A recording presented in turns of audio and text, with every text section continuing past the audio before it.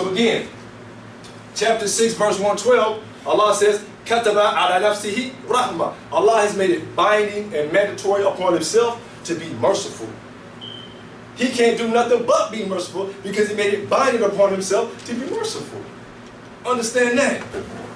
Huh? And if he make it merciful and make it binding upon himself, that's what he do. Why? My mercy is over my wrath. This is what's on the throne of Allah subhanahu wa ta'ala. In the same chapter, in a different verse, chapter 6, verse 112. Now we're talking about chapter 6, verse 54. So we're reading the same surah, the same chapter. 40 verses later, he's going to say the same thing to put emphasis on it. Now in this one he says, Kataba rabbukum ala nafsihi rahmah. All he did was change one word, two words. Rabbukum. Kataba rabbukum. This one he says, and your Lord has made it mandatory and binding upon himself to be merciful. This one he just says, Kataba ala nafsihi rahmah, and he made it binding upon himself to be merciful. This one he said, and your Lord has made it binding upon himself to be merciful.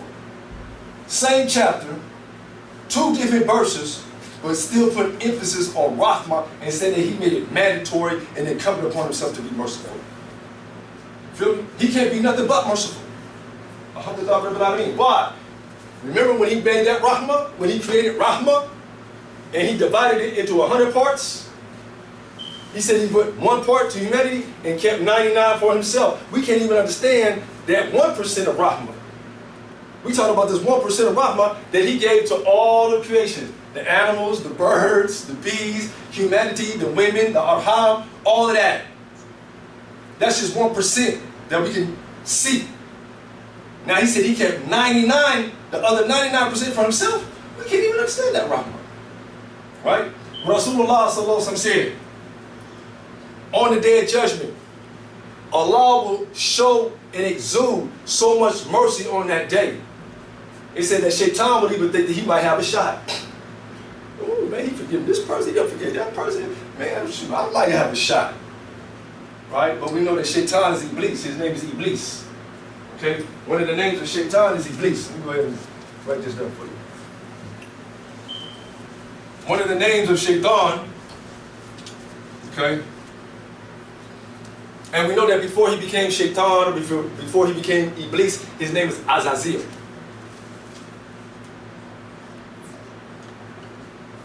Okay? Azazeel. Okay? You Google this word Azazeel, it'll tell you this is the name of Shaytaan. If you watch the movie Fallen with Denzel Washington, they're talking about Azazeel. They're talking about jinns in this movie. Right? The Yahoo, they control all of this, they know the hadiths, they know the stories, they know all this, and they make it into movies and whatnot. So the name of Shaytaan, or the devil, or Satan, before he became the devil, his name was Azazeel, right? Meaning the servant of the most powerful God. Azazeel from Aziz. Okay? He was the most pious of the jinn. He wasn't an angel. How do we know that Shaytaan was a jinn? Again, when we talk about something, we always give dalil. We're not just talking out the side of our neck and well, this and this and that. So Allah says in chapter 18, verse 50, that Shaytaan was a jinn. That's why he was able to disobey Allah subhanahu wa ta'ala, because the jinn have free will just like mankind. The angels don't got free will. They only do what it is that Allah commands them to do. The jinn and men, we got free will. We can decide whether we're going to obey or disobey. That's why jinns, they go to the hellfire too. The devil, he going to the hellfire. He ain't going to be in the hellfire with the pitchfork.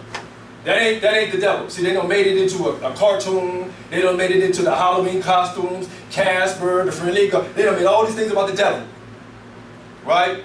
Like he going to be in the hellfire punishing people. No, he's going to be in the hellfire being punished. Because he's a jinn.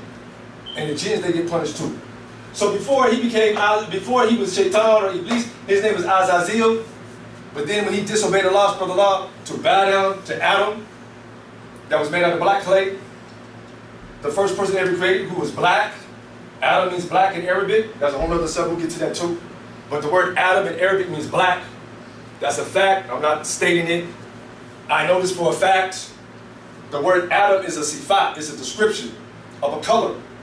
And it means black. Okay, we'll get that to another day.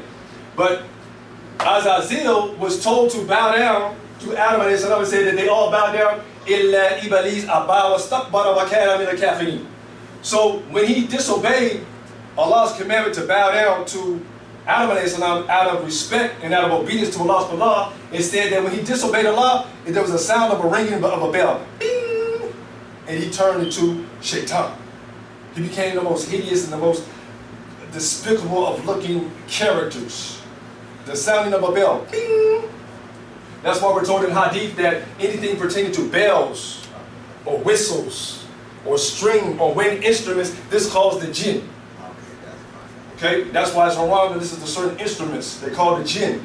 The guitars, the violins, the trumpets, any wind or stringed instruments. Rasulullah said it's haram because they call the Jinn.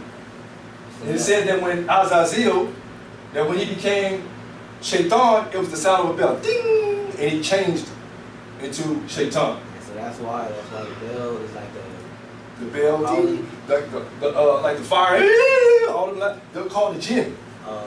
The guitars, rock and roll and all that, baby. The devil work, the devil music. They're calling the Jinn. This is reality. This is in Hadith. This ain't no spookism. This is real. But if you don't believe in the unseen, then you ain't gonna believe this stuff. You ain't gonna understand this stuff. You go to these rock concerts and the golf and all the darkness and all that, the devil music. Right? But anyways, so when Azazeel turned into Shaytaan, right, he also became Iblees. And the word Iblees, right, balasa, comes from the word balasa, which means one who is void from any mercy. Iblees means one who is void of any mercy from Allah subhanahu wa ta'ala. You got no get back. There ain't nothing for you, man. It's over with. Ain't no more, as the brother used to say. Ain't no more. Ain't no more what? Ain't no more Rahmah for him. Right? And we know that Shaytaan, he was even given the opportunity for forgiveness. We're told in Hadith, he was given the opportunity to be forgiven, to make tawbah to Allah subhanahu wa ta'ala.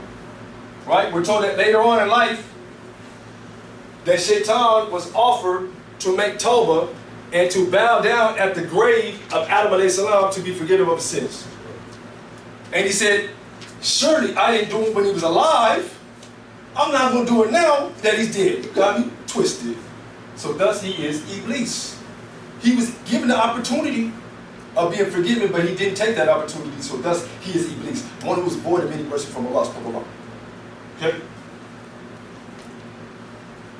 But again, it said that on the day of judgment, when everyone sees the Rahmah of Allah subhanahu wa ta'ala, when everybody's being forgiven and whatnot for things that they, like, man, I'm getting blessings and all that things that I didn't do and whatnot. People are like, man, what? Whoop.